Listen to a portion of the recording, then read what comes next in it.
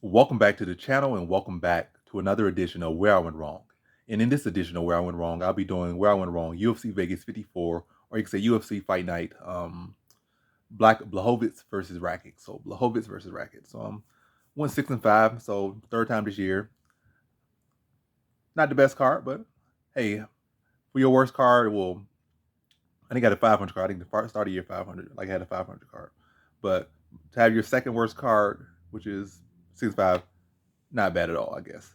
And some other things happen, but this is where I went wrong, not where I went right, or to make light of it or make it less. You gotta hold yourself accountable. Well, I'm not even about accountable. It's just about assessing, where to be better at. That's what it really is. Seeing where you went wrong, stating it, and then saying like what's the fix, or it's really just looking at it. And also recap. But yeah, a minute in the video. Let's get to it. First fight was Nick Maximov versus Andre Petroski. The first of 5 was in the very first fight on the card. And I think the mistake I made again is I'm putting too much confidence in these fighters that aren't really all that experienced necessarily. Like, they don't have the biggest track record. And Petroski on his side, it's a double factor of that, because Petroski, he fought literally 2 bums and looked good against 2 bums. So I can't really rate what his performance did. Maximov had fought similar people to Petroski, at least in my opinion, and to many of people's opinion. He had fought similar people, like strong wrestlers, but that had a little bit of striking and whatever. Had actually fought better competition. Whereas Petroski felt on Ultimate Fighter. He came in for like literally probably the worst guy in the division, and probably stylistically one of the easiest matchup for him. And he fought another guy easy stylistic matchup for him. Then Maximov, like, no matter how you look at it, like, Maximov supposed to be such a solid grappler. It's not to say that his grappling's bad. It's not. It happens. Could be better for sure, but you would think that the first submission tip on him, you would think he would be able to survive that. Like, you think, like, it maybe more so if it happened, probably be later on, maybe after hurting him or something, and not just not just anaconda. You would think it be more to it, but it wasn't. It didn't need all of that. And it was the first sprawled on takedown, worked for the anaconda, and got him out of there. And with like under 2 minutes, you would think it had a stint. So even if you got the wrong person, you would think it had went a little bit longer. That's my thing. But put a lot of confidence in the Maximum. The smart thing I did on this card was not put. I didn't have a single lock on this card. That's a smart thing. In reality, Grant should have been a lock, but maybe even him, like, even looking at the fight, was still competitive at points. So maybe there truly was no real lock on this card. Even though Petroski's performance made him look like a lock, I can't say, like, really looking at the card, you can't really say nobody lock, because again, on Petroski's side, hadn't really had the resume. He didn't have the resume at all.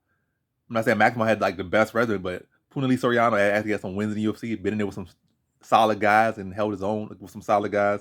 Brundage on the side, like, Brundage didn't really do nothing, but again, you got a big, strong wrestler, and that's, like I said, in somewhat sense similar. Not saying exactly, but at least similar. Some guy that's not like, he's not going in with these long, lanky guys that have zero takedown defense or something like that, or these guys that is not good at anything, or I don't like, he's not going with people that's stylistically completely an easy stylist to match, like Petroski was. So, but Petroski went out there and made him look easier than the people that were actually bums. So yeah, it is what it is. But yeah, I guess the best thing to put confidence in, like, I guess I'm gonna move even more forward to, like, every single week is like push me more forward to just picking people, or not putting my confidence in people with that little experience. Like, you really go to the people where you have already, matter of fact, and not even just picking people that you got experience, but people that, like, favoring matchups where there's a clear stylistic advantage, like, or like, this person has a clear stylistic weakness and this person can exploit it. And I feel like that really was my old strategy.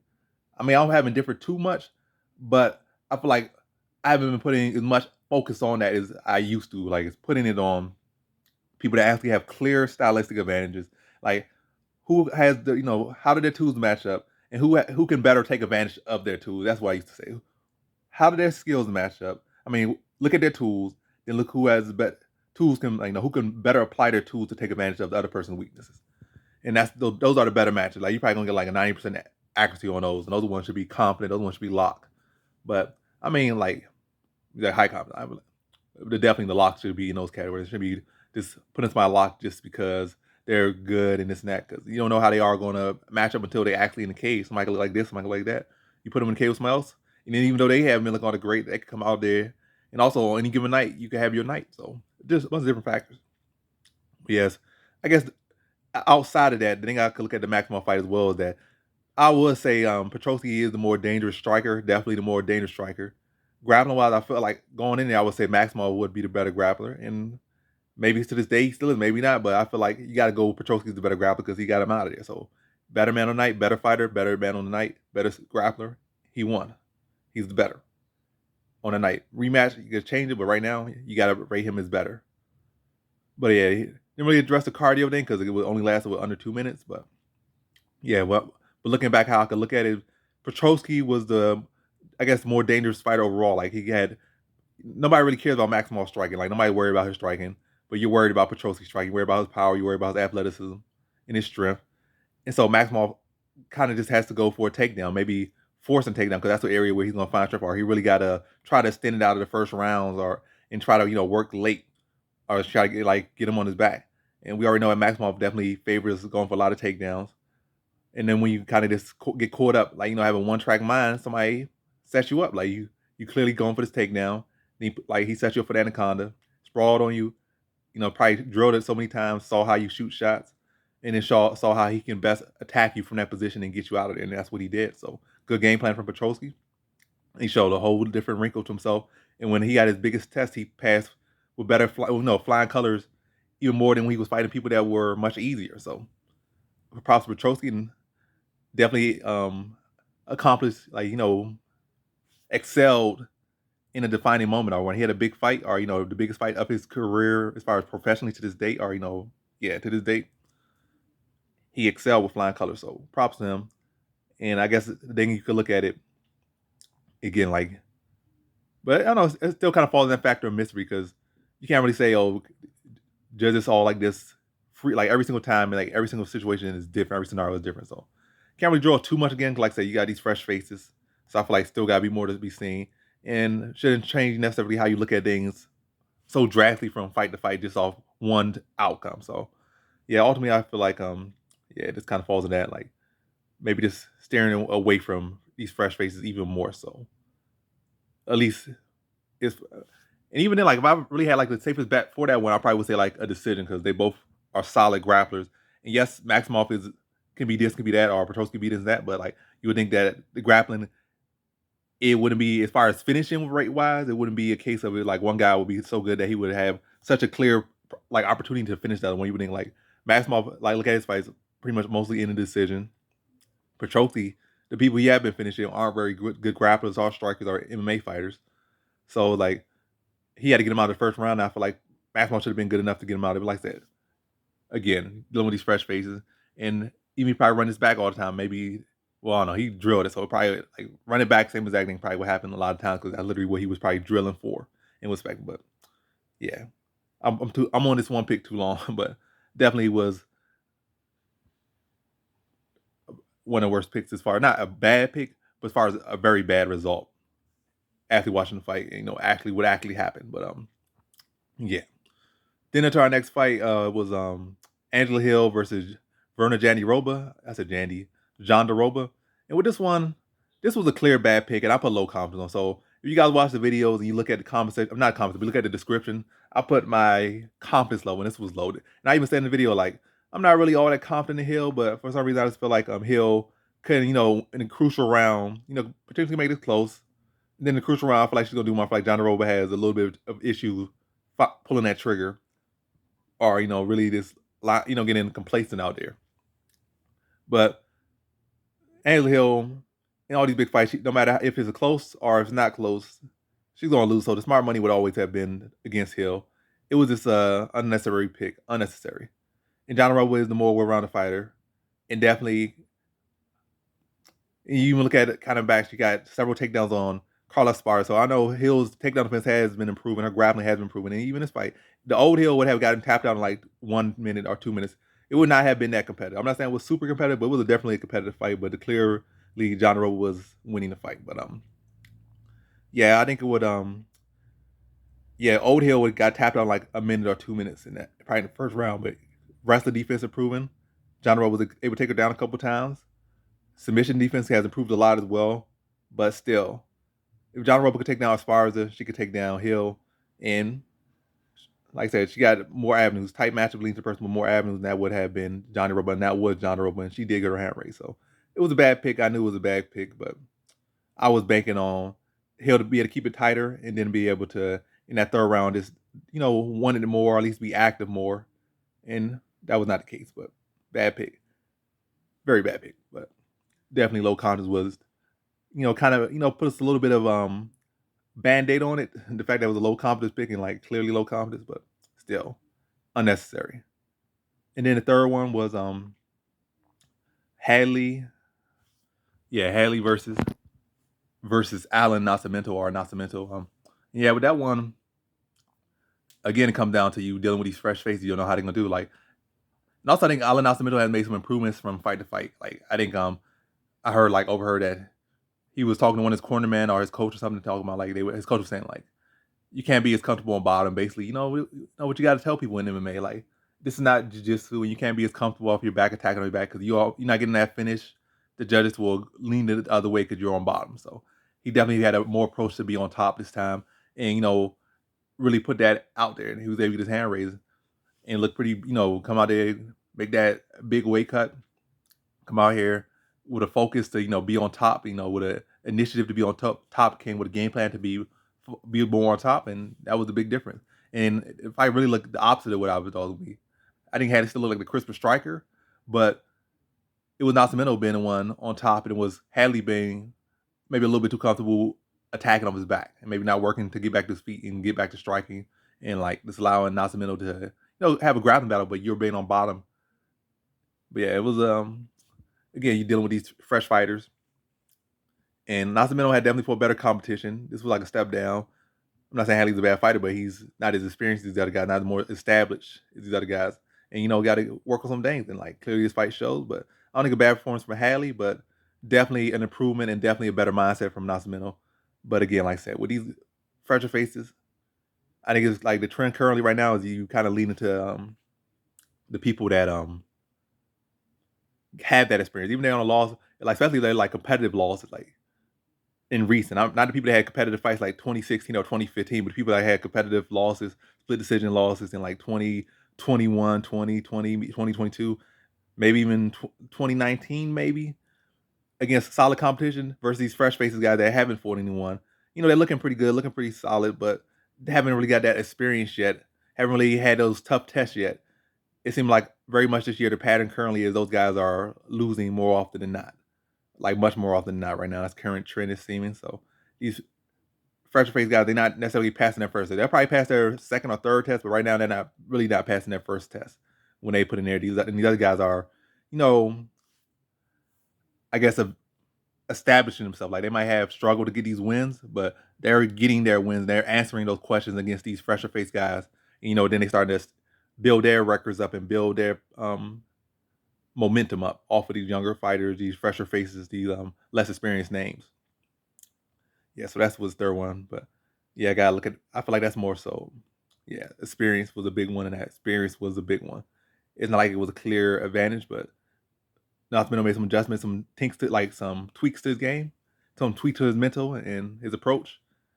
And like I said, that experience was I felt like was everything in that fight. I feel like that was the biggest deciding factor. Yes, you could say his grappling was he was definitely the better grappler, but I feel like experience was the biggest one and making improvements off your experience. And then yeah, that was the third one. Fourth one, Ryan Spann versus Iwan Kutilaba. And as I said, like I said, I'm not trying to take a win out of the loss, but Ryan Spann's best chance was first round. Maybe even second, third, like basically how it went. It could have been second or third potentially. Probably really first or second. I don't know about third, first or second. Because yeah, still fresh enough in there. And but I think with this one, Kutilaba, when he kind of has somebody that's a threat to him on the feet or got some big power, maybe some size as well on him, like Ryan Spann does, I guess his thing pass was to go for the takedown. I didn't think his submission defense was that bad. I'm not saying that Ryan Spann didn't set it up well, but I feel like there was definitely better opportunities for Kutilaba to defend it better. But it is what it is as far as that. Like Ryan Spann responded well to what Kutilaba was doing. He was giving a lot of takedowns or giving up some takedowns. Pretty not the hardest struggle, but he was looking for that neck and he found that neck and tapped him out in that first round. But I think with Kutilaba, if you feel like you don't really got no threat to him on the feet, or you aren't the biggest threat on the feet, he will press you on the feet more, like I said, and work for the takedown more. But I think he's gonna do that's his style for everything. He's gonna, especially at this level. I feel like early on in the UFC, Kulab would just like throw technique aside, throw wrestling aside, and just walk you down, chin up, and just swing at you, and just try to just beat this brick wall that just imposes on you. That's how he was early on. Then like this recent stage of Kulab, you start seeing him wrestle more.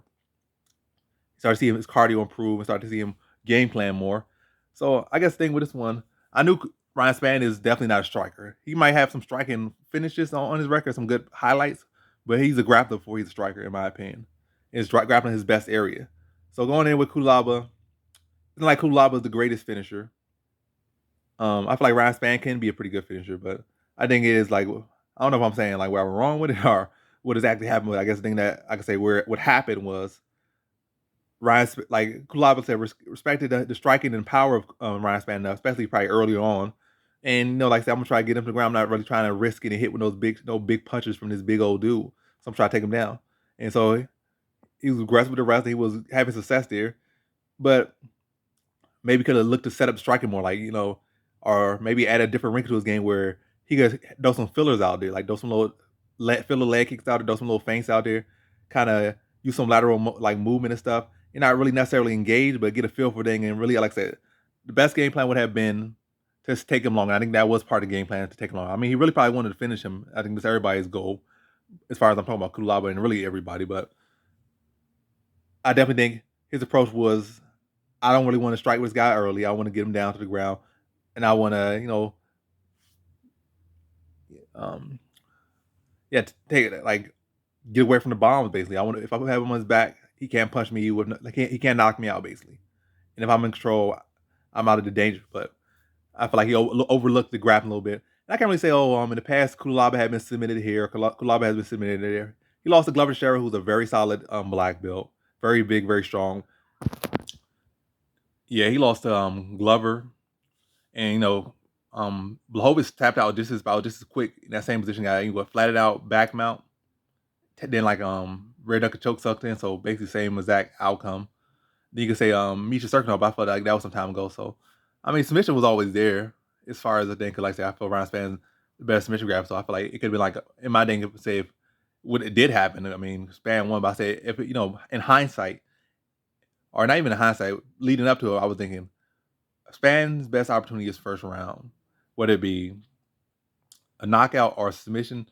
I really feel like more so the submission will kind of come after hurting him and stuff. Maybe shooting. I mean, Kulaba either shooting it in on a poor shot after getting hurt, then get tapped out, or maybe, like I said, I just feel like most of those situations will come from him getting hurt. Like he would get hurt and then shoot a poor shot, then get tapped out, or he would get hurt, and maybe kind of chill up. Then maybe Spann would start to get his own takedowns, then start to work on the tap him out. So I was really thinking like leaning between knockout and submission. If far as if he were to win, I was thinking that Kulaba should be durable enough and should be able to. I thought his grappling had improved enough, or hasn't necessarily shown to be necessarily weak, because he got submitted by two solid grapplers, and that's Misha Serkinov, and he got submitted by Glover Teixeira. But now you get some more intel. But I don't know really where this one goes. Like Ryan Spann feeling confident about that win, but yeah, I guess it's another thing where like you got just take it on chin. Like what can you really learn? Maybe depending on how Kulaba is matched up with a grappler in the future. But even then, like the grappler gotta have some danger on the feet, and like how you gotta really think about it. Like another thing, like depending on how it matched up, like you could gain some intel from it, but like what do you really gain from that? Can I really say I'm super ecstatic about Ryan Spann going forward to like that? I'm like likely going to pick him in his next fight. Can you really say that? Nah. If you go into a guy that's more so maybe a striker base and actually decent defense takedown defense, different story.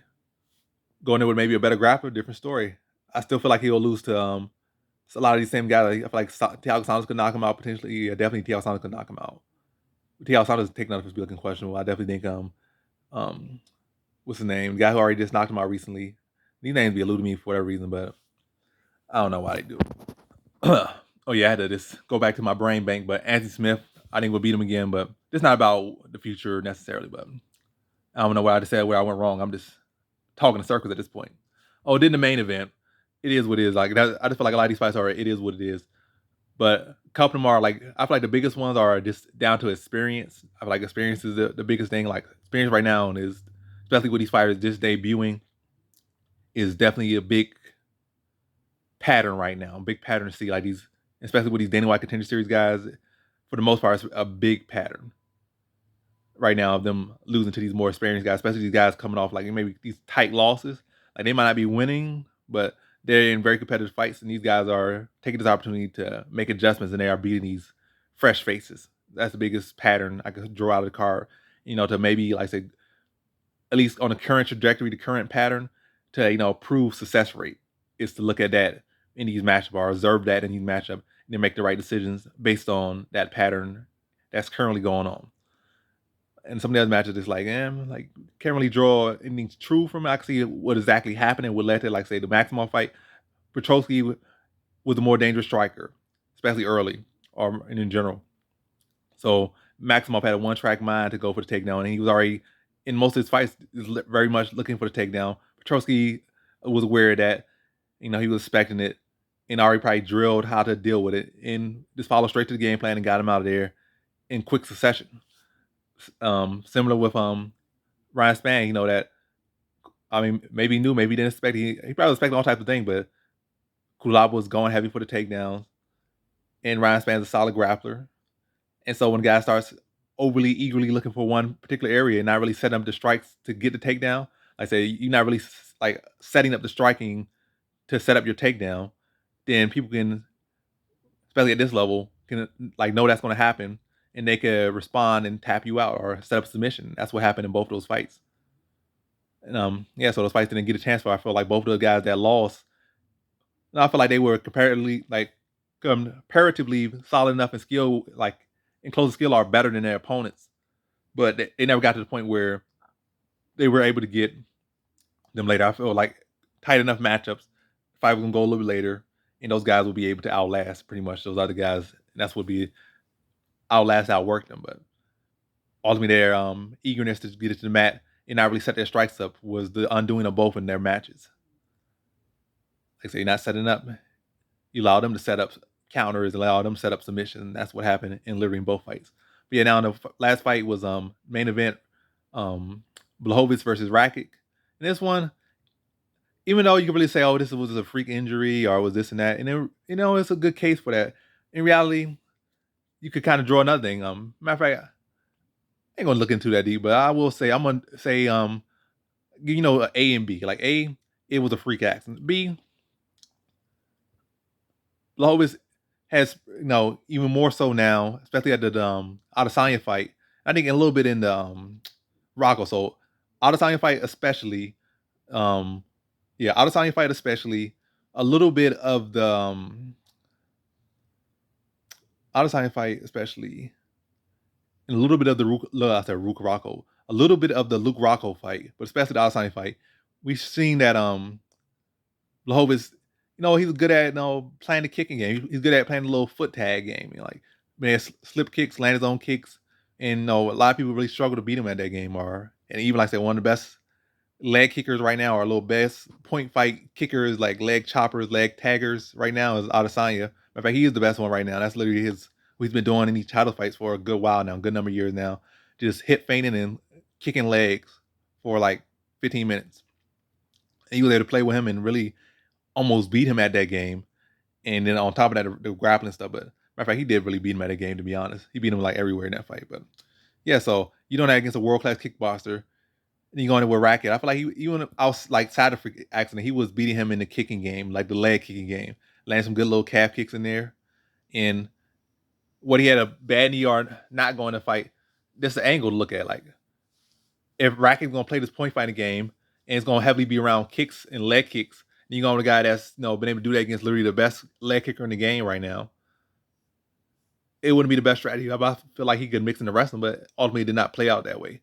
But whether we factored injury or not factor injury, I feel like that would have still played the effect. Like you're getting kicked in the leg, and your leg on numb, and whether you get injured in the leg, you're getting kicked in on the other leg. Because now, like, imagine you just even wearing some weird shoes. Like where's he taking this? But imagine you just wearing some weird shoes with some weird heels or just a little bit off balance, your knees and stuff your joints will start to feel weird even after probably walking in them for like 5 minutes or maybe even less, maybe 10 minutes, especially a 25 hard for a fight. Like you walking around, you getting your legs shoot up. Now you're not moving the same. You try to make all these quick motions, but your balance is off because now when your leg a little bit dead, or when your legs is you limping on one leg, and now your knee on that leg hurting, or your knee on the other leg hurting because you overcompensating, or maybe you're trying to move on that leg that's maybe your dominant leg too much, even though it's numb and stuff, and that could lead to very much the injuries or a potential leg kick stoppage, which pretty much I guess we're saying like you get injured, that's leg kick stoppage, or you get kicked until the ref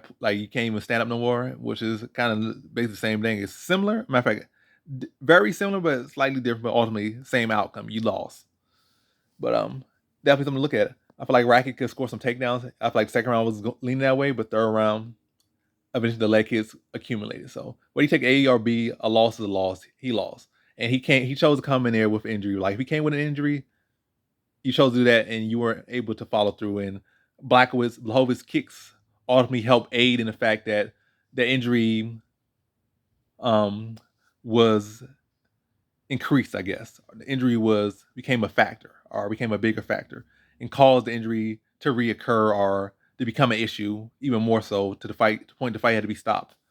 And like I said, whether you factored or not, Blachowicz kicks definitely helped in leading to the outcome. But nonetheless, clean win from Blachowicz. Odd ending. You probably wanted to be a little bit better, or you probably want to be a little bit clearer without controversy. But he won, so he's the better man of the night. He chose to come in there, and that's all he did was do his job, and he won. But yeah, going forward, Rakic. I don't really feel like most people in the game, or especially I don't know, just in general right now, especially at the higher weight class. I know at the lower weight class, a lot of people doing these little calf kicks and kicking game. A lot of people, a whole lot of people playing that game. But upper weight class, not really many people doing calf kicks all that much. You know, you got Anthony Smith, but I think Rakic will beat him again. Like just take him right down, like probably catch a kick, or maybe kick his legs out again and just lay on him again for a couple rounds. And yeah, I feel like he beat just about most of the people out of there. But Blachowicz, former champion, got to win.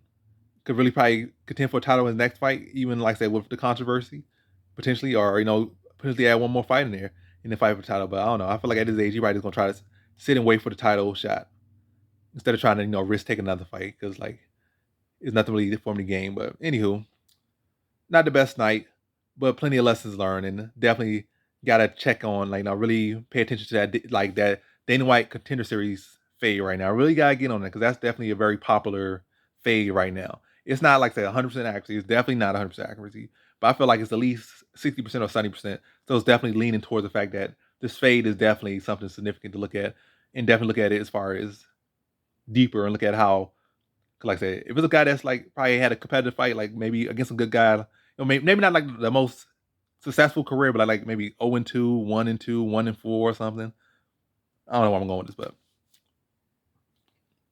like I said, in a similar trend with these guys that's be like 0-2 or 1-2, like not the best records, but competitive losses to like solid guys. And then like they coming in with these Contender Series fight guys, and then they like winning decisions basically over them because of the experience. Like they're able to outlast like the Vergara fight. For the most part, was able to make some big adjustments and eke that one out. You got this fight. It's been a couple of these fights, but definitely something to look at depending on like how competitive they are and how recent it is. If it's like competitive years back, they're losing. If it's competitive very recently, they're winning, but it's something definitely to look into. But that's the video. Thanks for watching. Like, comment, subscribe, and come back for more videos. Peace.